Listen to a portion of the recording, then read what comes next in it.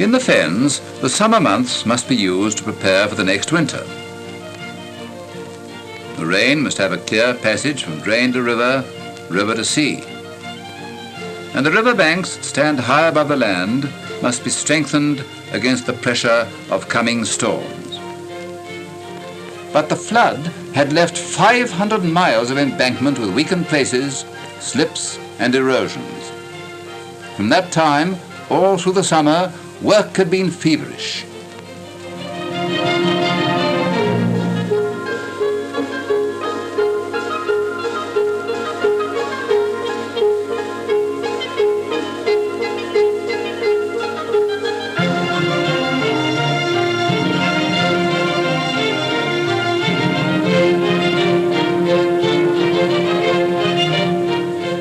Over 1 million tons of clay was dredged and transported to the repair gangs, local workers, and alongside them, displaced persons and prisoners of war.